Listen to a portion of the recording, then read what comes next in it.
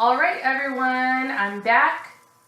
This time for the Real Housewives of Orange County. Sorry, I was trying to get acclimated and comfortable. I've been fucking around with this computer all evening, and if there's one thing I hate, it's messing around with computers. I hate to sound like somebody that was born in 1971 or something, but I mean, computers are fucking frustrating. They don't work well when you really need them to, and so when I was trying to upload my last video, I was about ready to throw this motherfucker out the window. But nonetheless, I'm back. Real Housewives of Orange County, season 13, episode 8, Seeing Red, and we finally get somewhere this season. We spent a little less time talking about, I'm sorry, not this season, this episode. We spent a little less time talking about Shane and Emily, and a little bit more time talking about everybody else. So let's jump right in. The episode continues with the fight at the golf course that Shannon was having, having with Tamra about saying what she said about Shane, Emily's husband. And as I said in the previous video, Tamra was just acting crazy. You could tell that her anger at Shannon was misdirected. Side note, you guys, there was a part where Shannon walked back outside from where she ran off out of being upset with Tamra, and she had the fattest camel toe. And I'm not a pervert, okay, but you couldn't help but to see it. I was like, I can't believe this woman walked out of the house with these Steinmart brand shorts on that were all up in her camel gooch. Like, Shannon, look in the mirror next time. Nobody wants to see that shit. But anyway, Shannon and her camel toe, you know, she's still confronting Tamra and asking Tamra how she could be so rude to her, and Tamra's standing by the fact that she doesn't care. Get over yourself, Shannon. I don't care. And then finally Tamra said it, which is what I said in the last video. She is having flashbacks and feeling a way about Shannon saying one little thing about Shane, because she remembers when Vicki said something about her husband that was not true last season about Eddie being gay. And so she's misdirecting her anger and taking it out on Shannon, per usual. But Tamra does lie and tells everybody that, you know, because Emily and Gina returned from their walk, they're cooled off. And when they come back, they're like, what's going on? And she lies and tells everybody, I don't know, Shannon just freaked out on me. Like, as if you didn't, like, you know, spark the flame for this woman going off. I just thought that was bizarre. And, you know, Tamra's just such a liar. She lies out of convenience. She lies to make herself look better. And this is the same old song and dance that she's been doing since she got on the show. It's just, I don't know why anybody thinks that Tamra will be a good friend to them, because Tamra is not a good friend to anybody. She's not been a good friend to Vicki. She's not been a good friend to others that she's befriended on the show. You know, she just always finds a way to throw somebody under the bus. But, you know, she kind of tells Emily, I was sticking up for you. You know, I know how that feels. And it's just like, oh, so now you're up Emily's ass. Now, you know, you need to stick up for Emily because Emily wasn't sticking up for herself. Like, Emily was sticking up for herself, Tamra. We don't need you to, you know, save everybody from themselves. But Tamra gives Shannon a half-ass apology. And, you know, she just continued to harp on the fact that, you know, she knew how it felt. And, you know, she was just using it as an excuse to be a bitch. Vicki's over it, you know. You know it's a sad day when Vicki Gumbelson is not involved in the drama. Like, you guys are being super extra if Vicki didn't feel a need to jump in. But she's over it at this point. She has the waiters bring out the cake, say happy birthday, make a wish, and, you know, Shannon's over it. Everybody's over it. Like, what could have been a perfectly good day turned into a fucking fiasco, which is the same old song and dance that these ladies always have. Gina, Emily, and Kelly, and I think Shannon, they all leave because they had to go get their kids from school and stuff. You know, they did mention it was a Friday. It seemed that this was in the middle of the day. Tamra is drunk and admits that she's drunk. And so her and Vicki decide to go meet Steve, Vicki's boyfriend, at the golf course. It looked like bar. And Steve and his AARP card, they sit down and, you know, Tamra's drunk, and when Tamra's drunk, she's embarrassing. And she immediately, this man sits in and she immediately goes into, so when are you going to marry Vicki? And Steve is old school, you know, he's older, he's old school, he's probably from the era where, like, don't get involved in my business. He probably might be like, you know, I don't even barely know you. When me and Vicki started dating, you guys weren't even friends. So who are you to question when I am or am not proposing to Vicki? So he basically gets up and walks away, and he's like, you guys talk amongst yourselves. Vicki is also drunk. You can see it all over her face. Her hair is disheveled. Her mascara and eyeliner look like she just woke up from a nap. Like, she's all red in the face. And they're just belligerently talking to each other. And Tamra's like, so you love him? How much do you love him? Do you love him so much? And she's like, I love him so much. She's like, are you blowing him and fucking him? And Vicki automatically answers, like, without taking breath, as much as I can. I'm doing it as much as I can. And it's just like, nobody wants to hear this shit. Like, Brianna and Ryan, Tamra's husband, or her son, and Michael just must be so mortified. Like, I cannot imagine my mother sitting on TV talking about doing those kinds of things with her boyfriend. It's disgusting. They're drunk. It's the middle of the day, and they just look trashy. Like, you're middle-aged women. You're drunk in the middle of the day, talking about blowing your senior citizen boyfriend. Just nobody wants to hear that shit. Tamra, you know, she keeps drunkenly, she inquires to Steve whether or not, you know, their sex life is good. And Steve was embarrassed, and I would have been too. In the next scene, Tamra wants to celebrate Eddie's 45th birthday with a party. She goes into how, you know, this is their new house. They're coming out of a part of his treatment and kind of just now able to take a deep breath and enjoy their home. None of their friends have been over yet, so why not, you know, throw a party? And she wants everybody to wear red to celebrate or honor Eddie in his heart condition. I don't really know. This is like, you know, people just find reasons to throw parties. I mean, I know it's his birthday and I know he has a heart condition, but the party theme and decor was just corny and half-assed, if you ask me. But Eddie tells Tamra he invited David Bador. And Tamra's like, what? You can't invite David? And, you know, Eddie, just like a man, is like, yes, the hell I can. Like, I don't care if him and Shannon are divorced. He's my friend.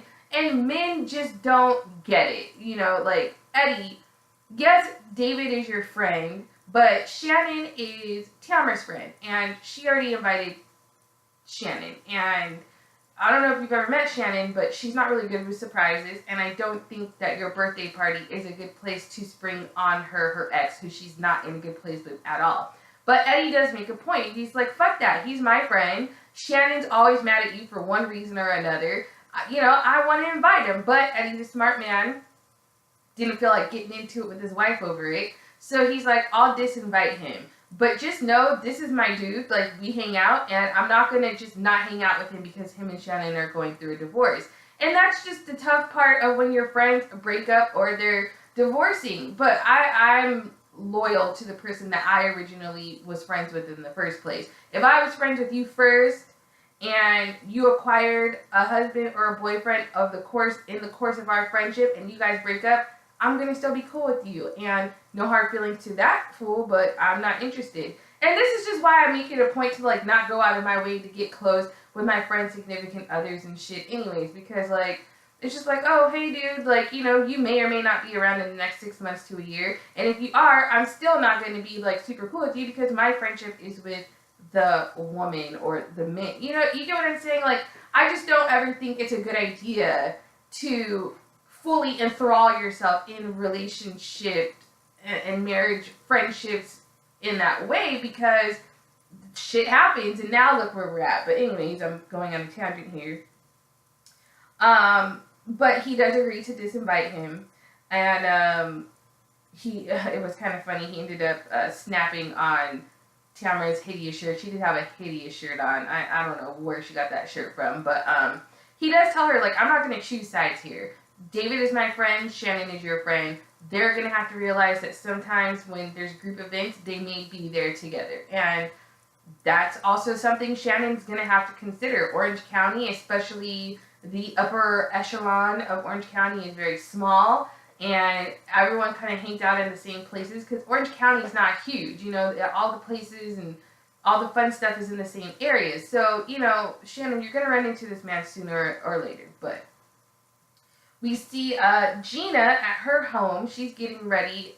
She's making dinner. She's going to have Vicki over for dinner with her children, and just the scene, I got stressed out just watching this woman with 3 kids running around. It seemed like there was 11 kids in there, just because her kids are, and I don't like to talk about people's kids because I'm not a parent. I don't know what it's like to raise children, but her kids are just unruly. I mean, they were basically swinging from the chandeliers, and I'm exaggerating, but they were all over the place. They certainly filled the room, to the fact where I didn't realize she only had 3 kids. I thought she had 3 to 5 children. But she felt like, let's see, Vicki feels bad for Gina. And rightfully so. I mean, the woman is raising 3 kids by herself. She's in this situationship with her husband. And I hate to even say situationship because that's some shit that we refer to the thotties that aren't being claimed by the guys that they're dating, as a situationship. But she's married to a man that lives in LA and doesn't help her with her children. And, Vicki relates to the fact that she knows what that might be like for Gina because it was very similar with Brianna. Now, although Brianna's husband was out fighting for our country and not gallivanting in LA doing God knows what, Brianna is the same age as Gina. She has 2 small children, and Ryan, her husband, was not around for the very beginning of both of her children's lives because he was enlisted in the military. And Brianna was also sick at the time and didn't know what was wrong with her. So Vicki sympathizes with her. And they sit down to eat, and I mean, Gina's son is standing in the chair, which already, my mom would have snatched my ass, but he's standing in a chair and, demanding that she do something for him. I don't remember what he's demanding. But then he kind of, takes his 2 fingers and does this to her, in the head. And, if he was a bitch on the street and he did this to me, we're about to fight, but that's her son, so she immediately grabs him and takes him to his room, and she's like, no, you don't do that to mommy. And Vicki let her know in that moment that was good parenting, and it was. I mean, call me, old school or outdated, but I think he needed a spanking. He basically put his hands on his mom, and he couldn't be any older than 5. So if he's already putting his hands on his mother in that way, he clearly has a lack of respect for her and probably needs his dad in the house to show him how to treat a woman. But, Gina's got her hands full, and Vicki did commend her and was like, that was good parenting. And while she was away disciplining him, Vicki was helping get the other 2 children fed. Grandma Vicki just kicked right into place, and I thought that was really sweet of Vicki. Vicki, she has other things to do, though, so she had to go. She had to go back to the office, so she kind of left, and, I would have got the hell out of there, too. It just was chaotic, and because I don't have children, I have a lack of tolerance for children that are not well behaved. I just don't. The way I was raised, you just don't act certain ways, and as a result, I have a very low tolerance for children that aren't well behaved. It gets under my skin. And in Gina's defense, though, she's stretched very thin, so I understand. But we go to the next scene, and Emily's at her home. And just as a side note, for Emily to be an attorney, I feel she needs an interior decorator. I don't know why the walls in her master bedroom are seafoam green. That is not a color that you see in modern homes. It's just ugly. Her house is weirdly decorated. There's way too much furniture in certain places. And I could have been watching too much HGTV. Chip and Joanna taught me a few things. And I just think that she needs an interior decorator. But she asks her husband, Shane, if he's excited to go to Tamra's party. And he's a dry-ass prick. So he's like, I mean, should I be excited? And she tells him that Gina will be there, and he doesn't care because he still stands in the fact that he didn't do anything wrong to Gina. And she is adamant that she wants the girls to see a different side of her husband than what they've heard about. And I'm just like, Gina, Emily, there's no different side for them to see because your husband's an asshole, and that's just what it is. I mean, we were not there for the situation with him and Gina, but we've seen enough screen time of this fool recently. He's not nice. He's an asshole, and we'll get into that a little later in the episode. We see Kelly. She goes out to get a tea with Shannon, and they go to what's obviously a boba tea house, and I don't know if this is new to Orange County or just new to those two, but I found it to be a little disrespectful when Kelly was like, she made a comment to the barista or the cashier, you know, she didn't want balls in her mouth and what's boba. It was just really off color, and I don't know, boba shops are pretty popular around here. We go get boba drinks all the time. It is, you know, a preference. I like boba, but I have a lot of friends that don't. But there's quite a few Asian people in Orange County, so I can't imagine that there's a lack of boba, you know, tea houses there, but I digress. So she orders her boba drink. Shannon shows up, and we're going back and forth now. The way that it was shot, it's like Gina and Tamra are having a girls' day, and then Shannon and Kelly are having a girls' day, and they're having like intercrossing conversations. So Tamra basically tells Gina that she feels Shannon is needy and it's draining her because she has her own shit going on. And ding, ding, ding, this is what I said in the previous video. I knew that had to be the case, and that's one of the reasons why Tamra unloaded at Shannon on the golf course. You know, Shannon is a needy friend, and we've seen that through and through since she's been on the show. I mean, when she was really close with Vicki, she expected a lot out of Vicki in that friendship, and ever since her and Tamra have been friends, she's kind of relied on Tamra to be her rock, but hasn't given Tamra the same. And yeah, Shannon, you're going through a divorce, but this woman has a business that she runs. She, you know, we forget about Tamra's other children, but she does have 2 other school-age children that she's raising. She's got a grandchild, and, you know, Ryan's marriage or non-marriage situation is probably stressful. And then on top of everything else, she moved into a new house, and she's got a husband that's got a really bad heart condition.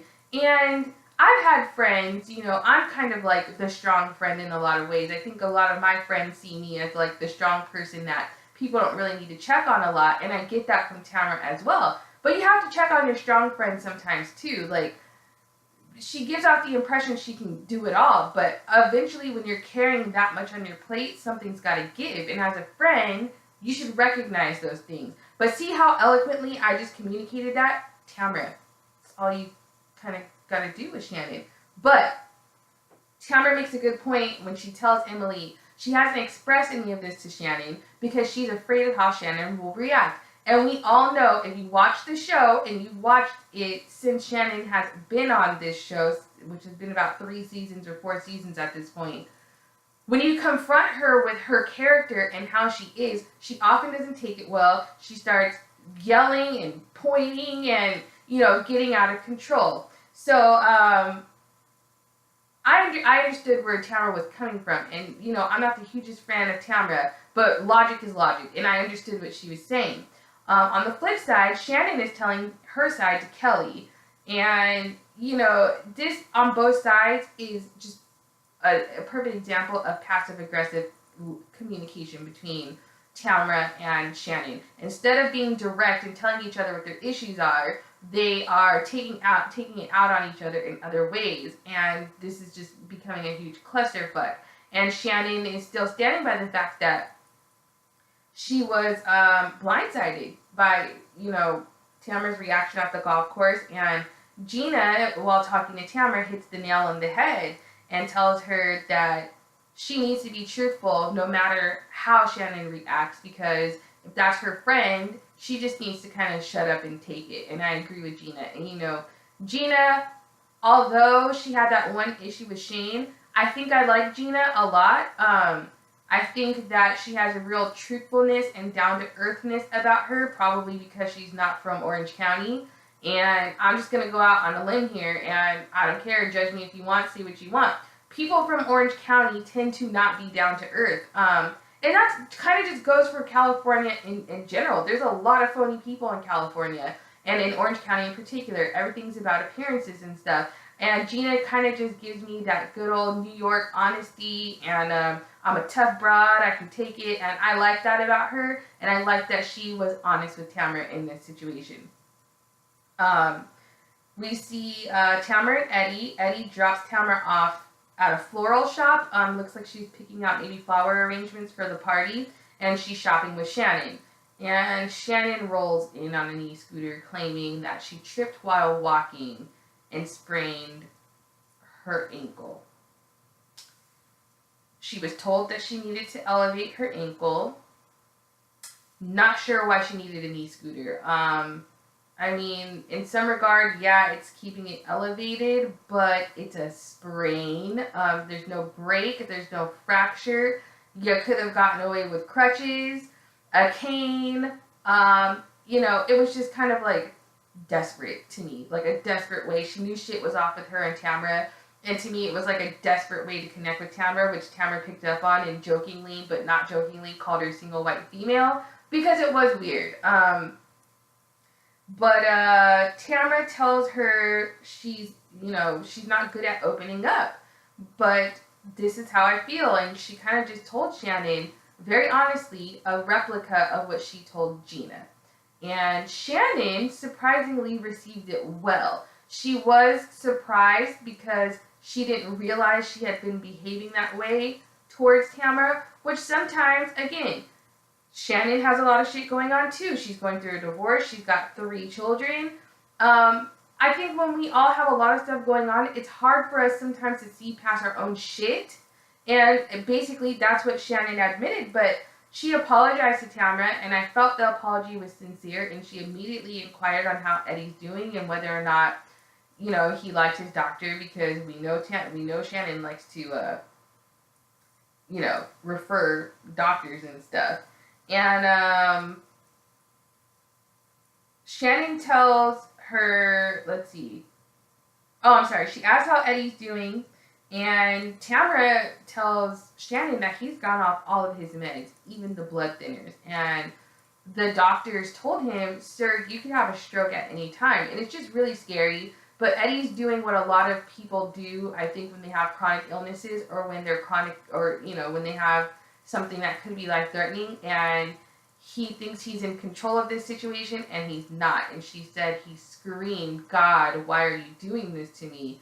And clearly he may or may not believe in God, because she also mentioned that he stated, yeah, I'm asking your God why he's doing this. So I found that interesting and sad. And Tamra then questioned God, and you know, Shannon seemed sincerely sorry, and they made up, and I just really felt bad for Tamra. I mean, she's finally at a good place in her life, and everything seemed to be going great until this. And it is serious, and she doesn't know from one day, especially since he went off his meds, she doesn't know from one day to the next what his health is going to be like. And I think in situations like that,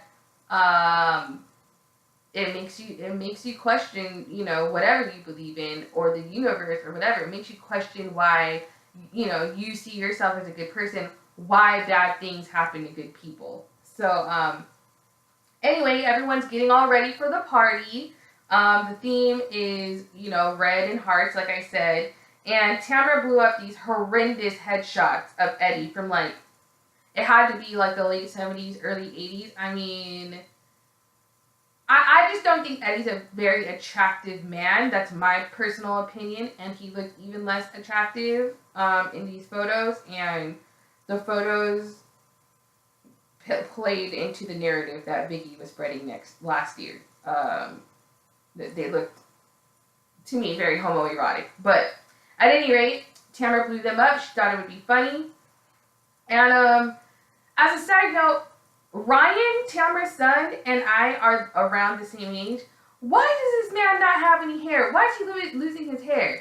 Tamra, pay for your son to get some hair plugs. Like, Ryan looks 45. And I don't know if it's because I know he had a lot going on with his marriage or engagement. I don't know if they ever got married and his baby's mom and stuff last year. But he looks stressed. Like, Tamra, help your son out. But everyone starts to arrive. And Gina was already there, and Shane walks in, and she awkwardly goes, "Oh my God, it's fucking Shane! Fucking Shane!" And it was just like really trying hard. I felt awkward. Shane felt awkward. And she was like, "Can I get a hug, fucking Shane?" And he was like, "Yeah, if you calm down a little bit." It was weird. And she says that she's never really formally met him. Her first and only encounter with him was getting thrown out of his house. So I thought that was interesting. But Shannon shows up with her knee scooter again and high heel shoes on. Kelly gets there. And Emily and Vicki were talking to a party goer. And Vicki referred to Steve as her husband.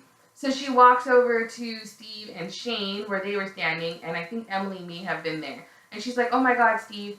I was talking to somebody and I accidentally called you my husband." He's like, "Oh, I don't care. Call me whatever you want." And Shane interjects himself. He's like, "You know why you referred to him as your husband? Because he's a good man and it was automatic." And I was like, "Oh yeah, Shane, you've known him for 2.5 seconds. Right on. He's a good man." Like, you don't know shit about this man. But anyway, again, it was just a very try-hard moment. But you can tell that, I don't know, I just don't buy the Steve and Vicki situation. I just feel like they put on so much that the bottom's gonna fall out eventually. But Kelly tells Tamra's mom that she can't stand Steve because Steve gave a slight interview to Page 6, which is a blog, and said some not nice things about Kelly in the blog. And Steve doesn't strike me as the type of man that would seek out that kind of attention. So it had to be one of those situations where maybe he was in an airport and they approached him or something. I don't know. I just don't really see him going out of his way. Or maybe they called him for comment and he gave comment and he hasn't been around this reality show thing long enough to know that's a faux pas. Like, you don't do that. But he did nonetheless. And everyone, as a side note, was like looking at those photos of Eddie and forcing compliments out. And thank God Tamra was just like, "He looks like a dork, you guys. Like, basically quit putting on." Like, you know. So I thought that was hilarious. But Vicki, let's see. Oh, so Kelly goes up to Vicki and tells her, and I think Kelly may have been buzzed, if not drunk at this point. But she tells her, "I feel uncomfortable around Steve right now because of what he did." And Vicki tries to, diffuse the situation and just kind of be like, "Okay, well, Kelly, just don't be around him. Like, we don't need to do this tonight." But Vicki, as Vicki does, is standing by her man. And I also think that Vicki was just trying to avoid a confrontation because she knows how Kelly is. But Vicki reveals that in response to the article being posted, Kelly went onto her Twitter and called Steve a douchebag, which, one, isn't something Kelly would not do, and two, if somebody was speaking ill of me in a social media realm, I would then probably speak ill of them, and they flash back to all the nasty things Kelly's kind of done, from calling someone to see you next Tuesday in one season, and things like that. Like, this is not something that's above her. So, Vicki's peeved about that, but again, she's not going to get into it. This isn't about her. It's about Eddie tonight. And off to the side, Gina is venting to Emily that there's problems in her marriage, and it's like, girl, duh, like, we all knew that since episode 1. You're the only one that was trying to fake it for the cameras and act like, this long-distance living situation was working out great. But nonetheless, I do feel bad for her. She admits that her marriage is one of kind of convenience. And this is why I say it doesn't matter how long you've been with somebody. the length of a relationship does not equate, okay, we should get married. And that's basically what happened with Emily. She said, you know, they knew each other for a long time, dated for a long time, and it was just kind of like, okay, well, maybe we should get married because all of our other friends are getting married. Okay, well, maybe we should have kids because all of our other friends are having kids. And now look where you are. You've got 3 kids. Your husband doesn't even want to be near you. He moved to LA.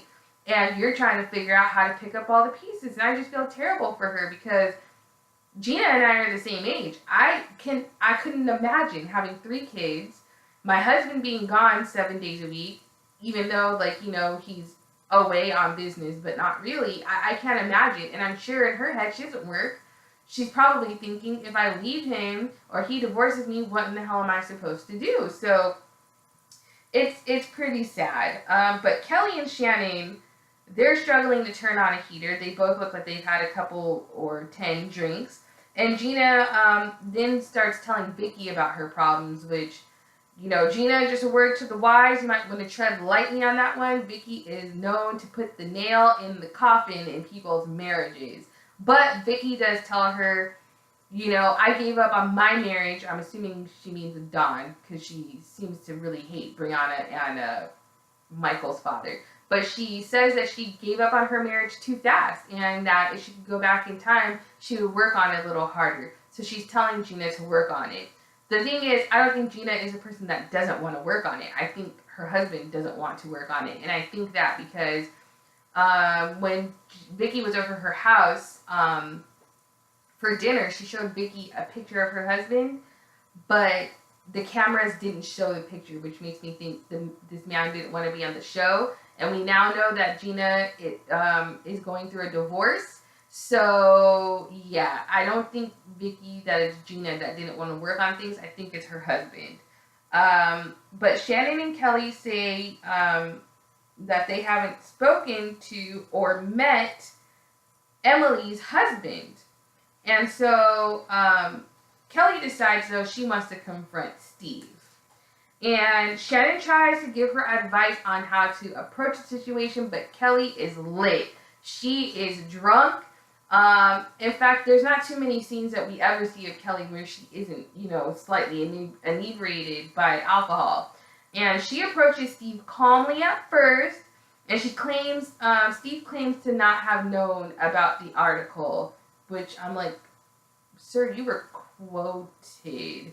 So again, I'm not sure if Steve even recognizes, like, when he talked to this blog, like, that's what was happening, you know, because he's like, my grandpa's age, and if my grandpa, you know, if a blog approached him and was like, oh, what's going on with the neighbor across the street, my grandpa would be like, well, let me tell you something, you know, they got a cat over there. Like, he'd tell you all the business, because he doesn't know, he's older. And I think that might have been the case with Steve. But at the same time, I think he may have gaslighted Kelly. Like, I think he did that thing where it's like she was already kind of acting loud and crazy, and so he did the weird, you know, gaslighting thing where it's like, I don't know what you're talking about. Why are you acting so crazy? And it could have been one of the two, you know. He could have just been like, old grandpa, I didn't know, but I'm leaning more towards he was gaslighting her. And then Shane inserts himself, and he's like, you know, you had too much to drink. Steve is a good guy. He's saying this. And she's like, who the fuck are you? And she reacted to him exactly how I would have reacted. Like, hey, little man, your wife is in there. I'm not your fucking wife. Go talk to somebody else. And he's like, you know, maybe you need to slow down on the drinking. And Shannon's defending her. She's like, she's not drunk. She's only had 2 drinks. And I was just like, yeah, okay, Shannon. But, you know, Kelly's also telling him, I'm not drunk. And he insults her and says, oh, so this is how you are normally? And it's just like, oh, okay, I get it, Shane. You're a vagina. You like arguing with women. That's what you get off on. It all makes sense now. You get off on having confrontations with women. And I, in particular, somehow always run into men like this that like to argue with women. But Kelly wasn't having it. You know, Steve went and got Vicki, and Kelly was still talking to Shane, and she asked why he involved himself. And that's when he insulted her even more. And Kelly, you know, she may have been drunk, but she wasn't having it. They proceed to get into it, and Kelly was like, you're a little bitch. You're a bitch. And Sorry, Shane, when you decide to insert yourself into somebody else's problem and defend them, Steve was fine. He was going to walk away regardless in about 5 seconds. He didn't need you to stick up for him. Your wife wasn't there, so you shouldn't have inserted yourself. You don't even know Kelly, so what are you getting involved for? That's what women do, aka a bitch. Like, Kelly wasn't lying. But Emily explodes at the fact that Kelly called her husband a bitch, and she gets all riled up and, that's my husband! Don't call him a bitch! And Shane disappears. And that's kind of where the episode ends. So the episode, you know, we get a little bit more meaty now. This season, I still don't really... It's like the Shane and Emily show, and I'm over it. I'm hoping it gets better, but what are we? How many episodes in are we? 8 episodes in, and it's, I don't know. So, I mean, drop down in the comments. Let me know what you guys think of how Shane, you know, acted towards Kelly. Also, let me know what you think of how the season's going so far. Am I crazy? Am I just lackluster? Or is the actual season lackluster? As always, don't forget to hit the thumbs up and like this video. And also subscribe so you don't miss any reviews from me. And the next review I'll do will probably be Love and Hip Hop. And I'll see you on the next review.